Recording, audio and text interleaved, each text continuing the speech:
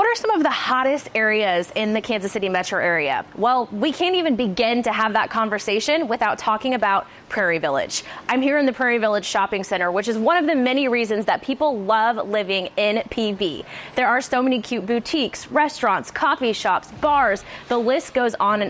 And that's just one of the many reasons that people are flocking to Prairie Village in droves.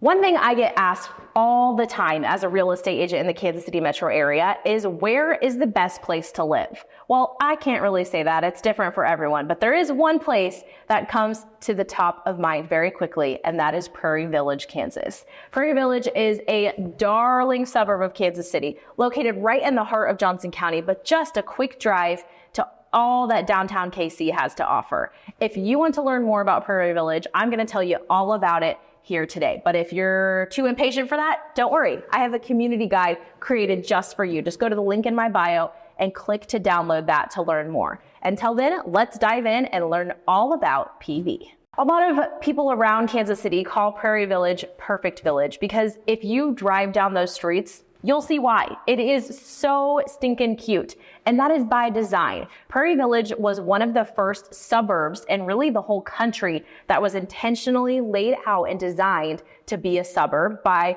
who some people call the father of the suburbs, J.C. Nichols. He was a historic figure in Kansas City that did a lot of great things and a lot of not so great things, and Prairie Village is the perfect example of that. He obviously was a visionary for the shopping districts, the perfectly laid out streets, the many parks and sidewalks, all of those things that make Prairie Village the amazing place to live that it still is today. However, J.C. Nichols and Prairie Village both have a dark side to them. Prairie Village is really a poster child of the redlining policies that Nichols was a big proponent for. If you're not familiar with the concept of redlining, basically was declining mortgages to people of color based on different areas. So if an area was considered redlined, then that meant that mortgages were not offered in that area, and Nichols and his peers were trying to steer people of color into certain neighborhoods. So Prairie Village was designed by Nichols and his peers to be a white suburb in the 40s, 50s, and 60s. Of course, Kansas City has come some ways since then. There's still a lot of ways that Kansas Cityans are paying the price for those policies back then, and you see that in our demographic map. So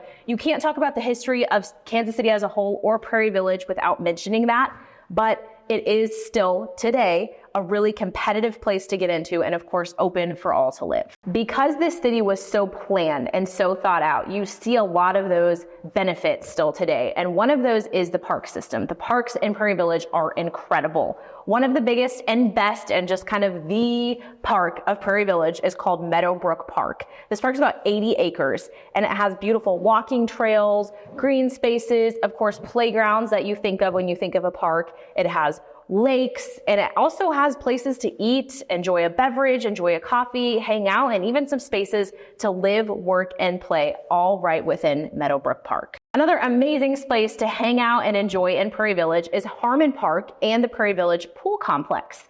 This is a 10-acre park which has the skate park, tennis courts, playgrounds, and of course the community pool complex. This is a hub for families to hang out and enjoy beautiful weather when we have it in the summer months. Prairie Village is a part of the Shawnee Mission School District, which is one of the highest rated in the state of Kansas, and you'll often see it popping up even on national rankings when it comes to school districts. Some notable schools are Shawnee Mission East High School and Prairie Elementary School. Families tend to move to specific parts of Prairie Village to be in their desired elementary, middle, or high school, and then they tend to kind of stay in that exact same neighborhood to keep their kids within the same district throughout their educational career. There are also private school options in Prairie Village. There's Kansas City Christian School and Global Montessori Academy, which adds to kind of the variety of education that you can have right in PV. The population of Prairie Village only being 22,000 honestly surprised me when I Googled it about 5 minutes ago, because I thought it was much bigger than that, because people flock to Prairie Village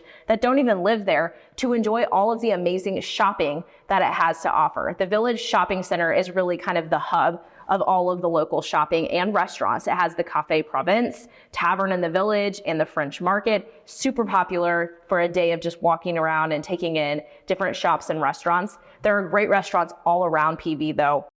Verbana at Meadowbrook for upscale dining is great. Minsky's Pizza for casual dining as a part of a local chain throughout the KC Metro, as is Big Biscuit, which is always a great popular breakfast spot. Prairie Village also has a ton of boutiques. This is not a place where you come and expect to have all of the big box stores and all of the chains you could ever dream of. No, Prairie Village is where you come and you find those locally owned stores where you can get the perfect gift that you couldn't find anywhere else. Just trust me, it is so cute. The major parks I've mentioned so far are not where the park system ends. They have tons and tons of parks in Prairie Village. It truly seems like when you're driving around, every time you turn a corner, you stumble upon a new park, and not just any park, a beautiful, really well done park. Another one that's really popular is Franklin Park. Great for walks, picnics, and just kind of taking in nature. Awesome for just the serene environment that it has to offer and the playgrounds. And then of course, what is a suburb without a dog park, right? For pet owners, there's the Wagon Trail Dog Park, which is nearby North Kansas City. And there are dog-friendly amenities at, of course, the amazing Meadowbrook Park. As I mentioned at the beginning, the real estate market in Prairie Village is incredibly competitive. That's because it is a small suburb compared to most of the other suburbs around Kansas City, and lots of people want to live in Prairie Village. There is a pretty decent amount of diversity in terms of housing. You'll see little Cape Cod bungalows, you'll see little mid-century kind of style ranch homes, and then you will see teardowns. There's a lot of people that are tearing down the old houses that were built when this area was developed in the the 1960s or so, tearing them down and building these massive, gorgeous homes. So that reflects in the sale prices. Just in the last 30 days, sale prices in Prairie Village have ranged everywhere from $236,000, a bargain, up to $4.2 million, and everything in between.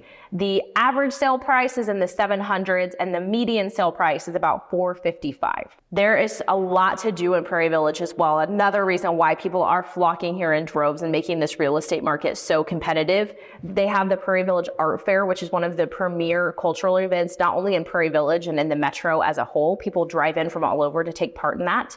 They have a Jazz Fest, which is phenomenal. And then they have community parades during the 4th of July, which kind of brings everyone out and together to enjoy those activities out and about. Prairie Village is close to lots of amenities in downtown Kansas City, but really close to the plaza. It's super convenient, which is one of Kansas City's top shopping districts and a great place to go spend an afternoon, spend an evening. They have all kinds of restaurants there as well.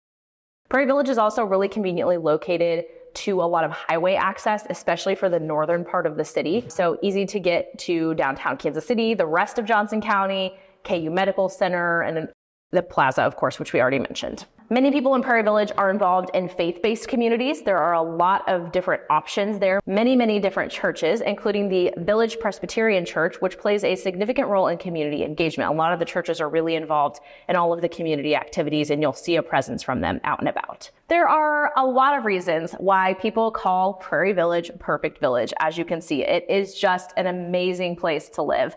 This today really is just the tip of the iceberg. I've actually created a full-on community guide that you can download to learn more about Prairie Village. If you're interested in getting that, go ahead and click the link in my bio where you'll figure out how to download that, and let's chat more. If you want to know more about Prairie Village, let's meet there. Let's grab a coffee and talk about what it would look like for you to make a move to PV.